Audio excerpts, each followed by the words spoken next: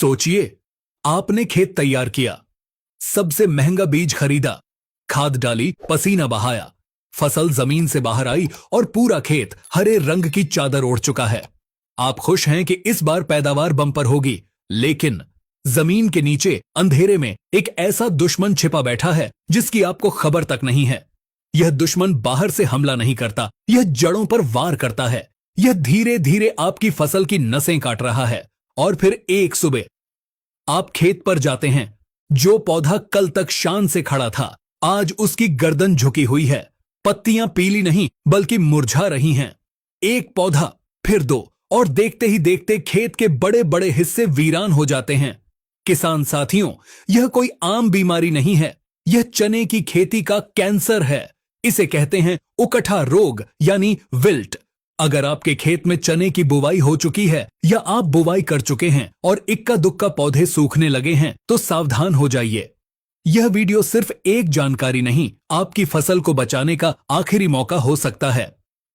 आज हम इस बीमारी का पूरा ऑपरेशन करेंगे।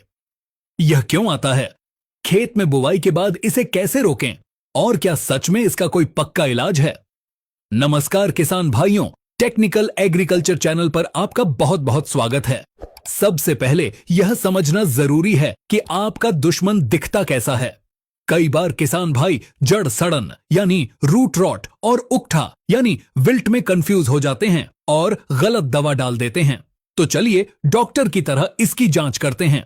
अगर आपके खेत में पौधे सूख रहे हैं तो एक बीमार पौधे को उखाड़िए। उकठा रोग में पौधा ऊपर से नीचे की तरफ नहीं बल्कि अचानक पूरा का पूरा मुरझा जाता है, जैसे किसी ने उसे पानी देना बंद कर दिया हो। पत्तियां लटक जाती हैं लेकिन गिरती नहीं हैं। इसका दूसरा और सबसे पक्का लक्षण यह है कि पौधे की जड़ को ध्यान से देखिए। उकठा में जड़ें बाहर से सड़ी हुई नहीं दिखेंगी, जड़ें बाहर से ठीक लगेंगी, लेकिन जब आप मुख्य जड़ को ब्लेड या चाकू से बीचों बीच चीरेंगे या फाड़ेंगे तो आपको उसके अंदर एक काली या भूरे रंग की लकीर दिखाई देगी। अगर वह काली लकीर मौजूद है तो समझ लीजिए यह 100% फ्यूजेरियम विल्ट है। यह फफूंद पौधे की उन नसों को ब्लॉक कर देती है जो जमीन से पानी और भोजन ऊपर ले जाती हैं, यानी पौधा प्यासा मर जाता है, भले ही जमीन में कितनी भी नमी क्यों न हो। अब सवाल आता है कि आखिर यह बीमारी आती कहां से है? क्या यह हवा से आई? जी नहीं, यह आपके खेत की मिट्टी में पहले से मौजूद थी। इस फफूंद का नाम है फ्यूजेरियम ऑक्सीस्पोरम। यह फफूंद मिट्टी में 6 साल तक जिंदा रह सकती है बिना किसी फसल के भी। लेकिन यह हमला कब करती है? इसके 3 मुख्य कारण हैं जिन्हें आपने अनजाने में न्योता दिया है। पहला कारण है तापमान। अगर आपने बुवाई तब की जब दिन का तापमान 30 डिग्री से ज्यादा था तो यह फफूंद एक्टिव हो जाती है। इसीलिए अगेती बुवाई में उकठा सबसे ज्यादा आता है।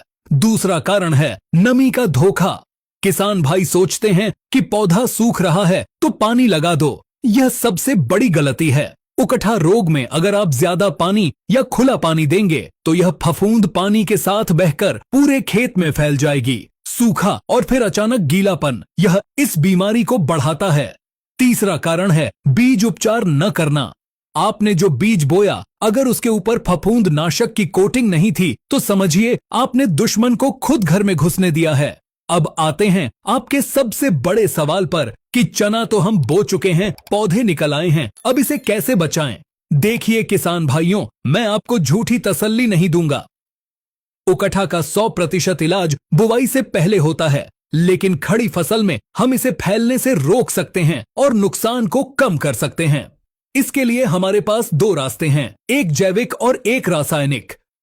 अगर बीमारी की शुरुआत है तो केमिकल से बेहतर है जैविक तरीका। आपको बाजार से अच्छी कंपनी का ट्राइकोडर्मा विरिडी लाना है। यह एक मित्र फफूंद है जो दुश्मन फफूंद को खा जाती है। इसका इस्तेमाल कैसे करना है, इसे ध्यान से सुनिए। 1 एकड़ के लिए 2 किलो ट्राइकोडर्मा पाउडर लें। इसे 100 किलो सड़ी हुई गोबर की खाद या वर्मी कंपोस्ट में मिला लें। इसे छांव में रख दें और हल्का पानी छिड़क कर टाट से ढक दें। 2 से 3 दिन तक इसे मल्टीप्लाई होने दें। जब खाद पर सफेद फफूंद दिखने लगे तो इसे खेत में शाम के समय उन जगहों पर बिखेर दें जहां बीमारी दिख रही है, या सिंचाई से पहले पूरे खेत में डाल दें। अगर आपके पास ड्रिप इरिगेशन है तो बहुत बढ़िया, अगर नहीं है तो आप स्प्रे पंप का नोजल हटाकर पौधे की जड़ों के पास इस घोल को डाल सकते हैं। इसे ड्रेंचिंग कहते हैं। घोल बनाने के लिए 10 ग्राम ट्राइकोडर्मा प्रति लीटर पानी में मिलाएं। अब बात करते हैं दूसरे रास्ते की, यानी रासायनिक उपचार। यह तब करना है जब बीमारी तेजी से बढ़ रही हो और आप जैविक का इंतजार नहीं कर सकते। बाजार से कार्बेंडाजिम 50% WP लाएं। इसे 2 ग्राम दवा प्रति लीटर पानी के हिसाब से घोलें। याद रखें, इसे पत्तों पर स्प्रे नहीं करना है। पत्तों पर छिड़कने से उकठा नहीं रुकेगा। आपको इसे जड़ों में डालना है, यानी ड्रेंचिंग करनी है।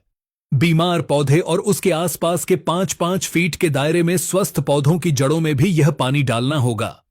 यह थोड़ा महंगा और मेहनत वाला तरीका है, लेकिन काफी कारगर है। एक सावधानी जरूर रखें, अगर आपने खेत में केमिकल डाल दिया है तो फिर ट्राइकोडर्मा यानी जैविक दवा का इस्तेमाल कम से कम 10 से 15 दिन तक न करें, वरना केमिकल आपकी मित्र फफूंद को भी मार देगा।